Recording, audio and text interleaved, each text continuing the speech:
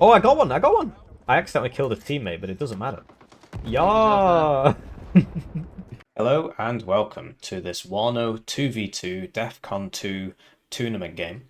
We're in the qualifiers, and today we've got team It Was My Little Brother playing, consisting of Helljumper, the 5e extraordinaire, and his little brother, Krepp. They're playing 5th Panzer and 2nd UK, two strong divisions. I think 2nd UK is sort of like we don't you don't see it a lot.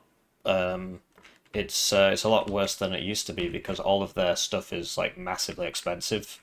Um, and they're up against Bulba and Vostock playing as team. Apparently they're called Elky Palki, but it's written in Russian, so who knows? And they're playing as Pact. So and they got first pick, and they chose Pact. Interesting. So you'd expect them to be taking advantage of the MLRS in this game because you can MLRS this quite easily, you can MLRS this quite easily, this, you know, the whole town, this. Basically all the cover on this map is just like perfectly sized for MLRS to just delete it.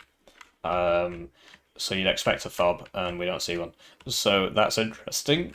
So maybe they want to take advantage of the T80 BVs in the open because they get lots of ATGMs stuff which help you in the open, but breaching the town's going to be quite difficult, which I guess is why they've picked 35Y for that forward deployment. So, looking at Blue's deployment here, they also get MLRS, they get the M270, which is very potent on this map for the same reasons as previously described. And so they've got that standard 2nd UK opening, so they've got 5 SAS and 2 snipers, and they're just going to storm the town with SAS and the snipers. So this sniper's going to the church because religious people can see further than atheists. And we've got an I'm weak here from Helljumper. Never believe I'm weak posters. I don't know the outcome of this game, but simply looking at the divisions and the players, I think Blue's going to win. So never ever believe when somebody tells you they're weak. Try harder to beat them because they're lying. It's just a way for them to offload their anxiety onto you. So it's actually quite malicious. So you should consider yourself insulted when somebody tells you that they're weak.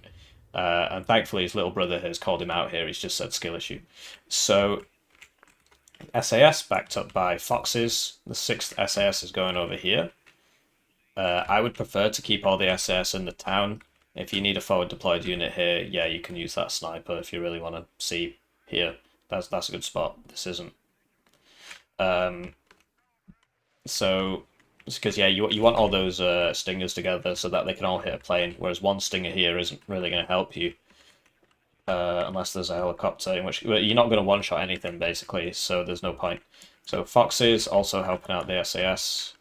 Rover Milan for all the way over here. Yeah, fair enough. Stop people from sneaking through, although they can still get through here.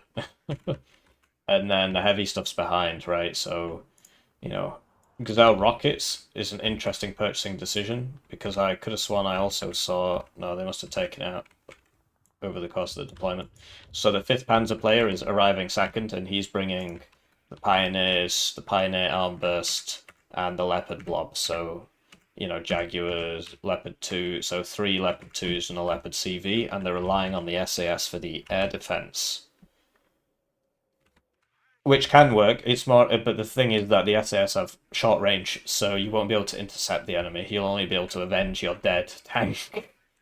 And they're going quite light on the right, so they've got a Jaguar 2 and one SAS, which I really disagree with. I think there should be something that's not an SAS there.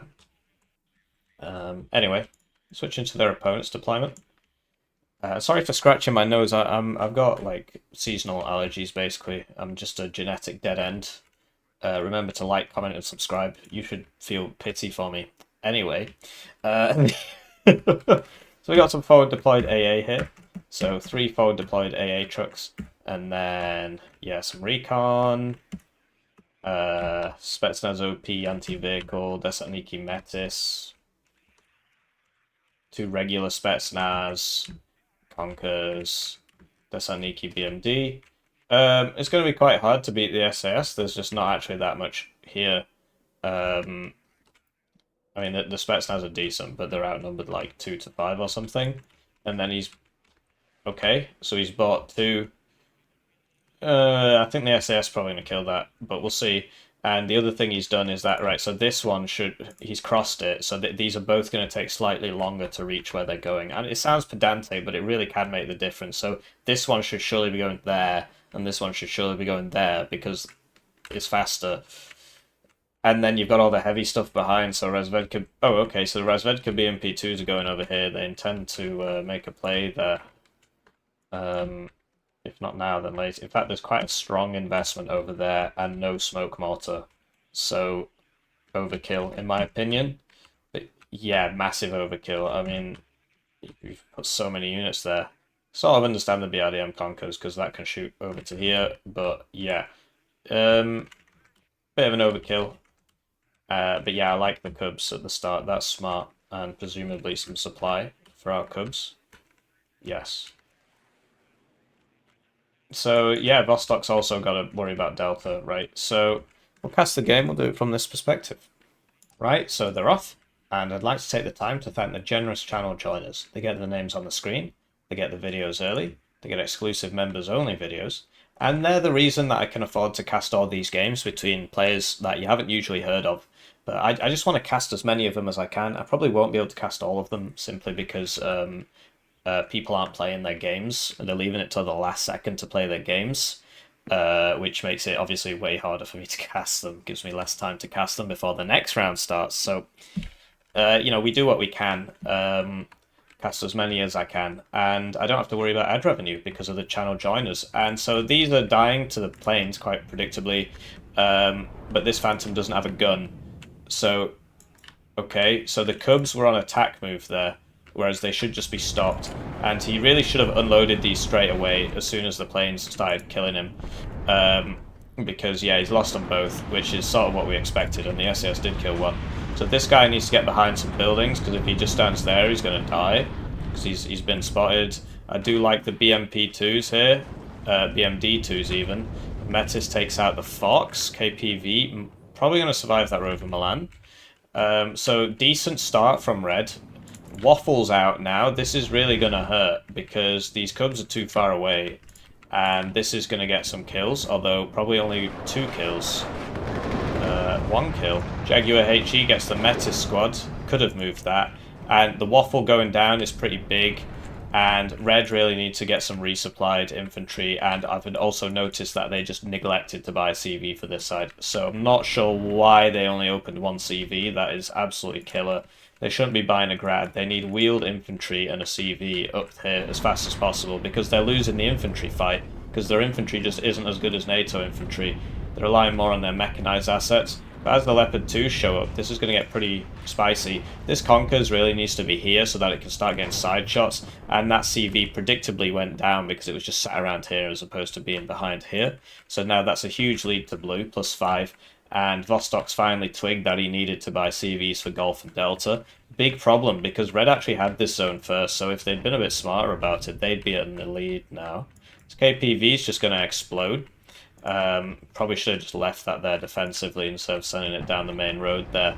And yeah, these infantry should be in the town as opposed to walking across this open field. This Conkers could be helping, but it's not. This Conkers could be helping, but it's not.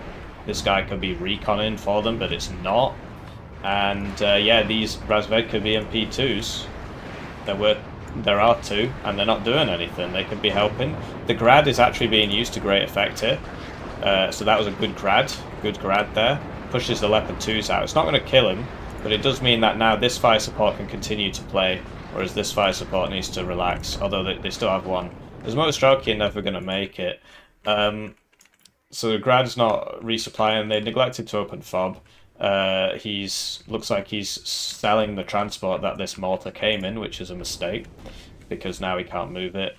And this Conkers is too far off the edge of the tree line. You want it further in the trees, gives you more stealth, gives you more cover. Yeah, so I'm not so sure about this. But hey, that's probably going to get that, actually. Yeah, it does. and Red have been pushed out of the zone. So, you know, some Conkers, like, so they had the BMP2s, but they were just in the open shooting, whereas if you keep them in these tree lines, they're a bit better, particularly this thing, because it's got good stealth. Like, there's no recon here, so it'll be hard to spot it, right? And yeah, you can just use your max range advantage. So I wouldn't be driving this in, I'd be using your max range advantage. And it's just looking pretty rough for Red. They had a nice idea. Like, this is also smart. Try and get that round the back. Because at the very least, it'll give you advance warning on the enemy aircraft that are coming in. Can't see the air lane for some reason. But it's about here. Oh, there it is. It's there. So if you get that to there, the weapons off, you're going to see the planes as soon as they come in. Predictably, the tank goes down because he went into gun range against 3 tanks with his 1 tank. And now he's doing the same thing over here. So, like, this isn't a good spot. So you know, why not? And yeah, so Spetsnaz against Pioneers. This thing, yeah, you can't really use your helicopters against SAS. And 2nd UK was the counter pick. So the Cubs have been moved up, which is intelligent. He's bought this, but he's not using it. And they're trying to get back in here. They need a CV, really, for mid. All you got to do is you've got the mortar already. Double phantom hit on the Cubs there. I'm not sure where it was going because there were no... Like, what was it? Where was it going? There was no helicopters hit. There was no bomber. Weird. So, Seed brought out doesn't do anything against SAS. And these are rolling 2s back here, so it won't do anything against those either. This thing's not going to be able to land there because the BMD2 is going to eat it for breakfast. Autocannons are a bit too good against helicopters. That gets side shot by Milan 2 and explodes. This guy should be unloading, really. Unloading in the trees so that he can use his Conkers. You know, use the range advantage on your Conkers. Get him here. Get him here. Get him here. No, don't just drive him into tank gun range. And they've already got the mortars for the smoke. All they got to do is smoke all this up and get that CV in, but they're just not in any hurry. And it's a shame because, you know, they could do exactly the same thing here and then Red would be winning. So it's rough.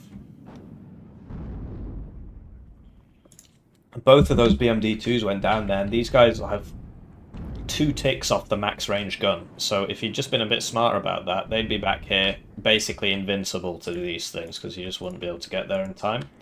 Seed's still flying around. Probably going to eat a stinger now.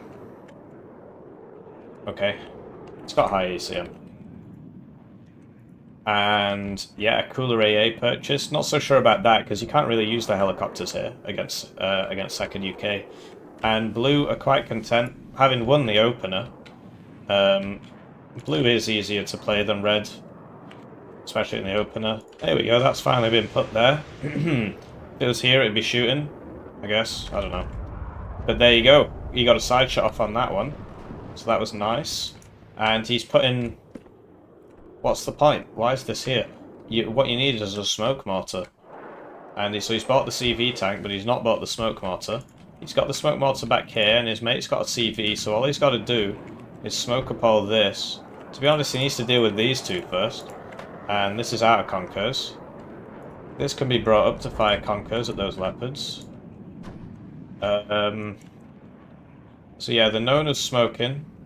Smoking a bit of a weird spot. I mean, yeah. It's what I'd love to see from Blue is getting a Jaguar 2 in here. Because then you can fight these guys at range, because right now, Red have the superior range. Not that you'd know about it, because they just keep driving into the enemy and die. They should have the superior range. So, yeah, I'm going to speed it up, man. This game's so over right now. I mean, they're not even trying to get CV in there, so we'll speed it up. I think the mistakes have already been made. Yeah, and he just keeps buying helicopters and planes against 2nd UK. So they're just flying over all the stingers. Rad's out. That's going to get a nice... Oh, he moved it to here. Okay. It was decent. It was decent. That Gazelle's going to go down. And here we go. So is he going to smoke it? Or is he just going to drive in and get hit by a Jaguar 2? He's just going to drive in and he's going to get hit by a Jaguar 2. So... You know, it's an interesting thought process. Bit of lack of coordination here as well. They've both bought CVs for this. And, yeah, just... Wow, he's getting really lucky there. Okay. So that fired fourth missile, fourth one also misses. So that was 4 misses there. It was like a near miss on that one. It only did 2 pips of damage, so maybe it was actually a hit. And yeah, just an inability to buy... so there you go, the Lars are out. But no fob. There we go. Oh, is that smoke? Yeah, so now you'd really want this, like around here maybe, so that I can shoot its ATGMs. This guy wasn't actually in the trees, and he brought out the T-80BV, it got routed, and now it's not doing so well. The seed plane, I think he just used the guns on that to shoot the Jaguar too. Red are trying to get back in here, but like I said, they're just so far behind at this point. So the big play's coming in over here. And yeah, it's difficult when you've got Lars shooting you. Red have managed... Oh, here we go. So he buys... So Vostock, having watched all these other helicopters die to SAS, buys 4 more and then surrenders. So... you know, a lot of people tell me that I'm too harsh on these teams, and maybe I am, but that was really daft. Krepp here, you know, 114 games. Helljumper getting carried as usual. You can't. He's got the most games here. Bulba only plays packed. 3 NATO games apparently, although he swears that he never played those, and that's just a bug. So lots of packed games, lots of packed practice. And Vostock, you know, only 20 games, so I can, but 1,500 games total. So he really shouldn't be making mistakes like that.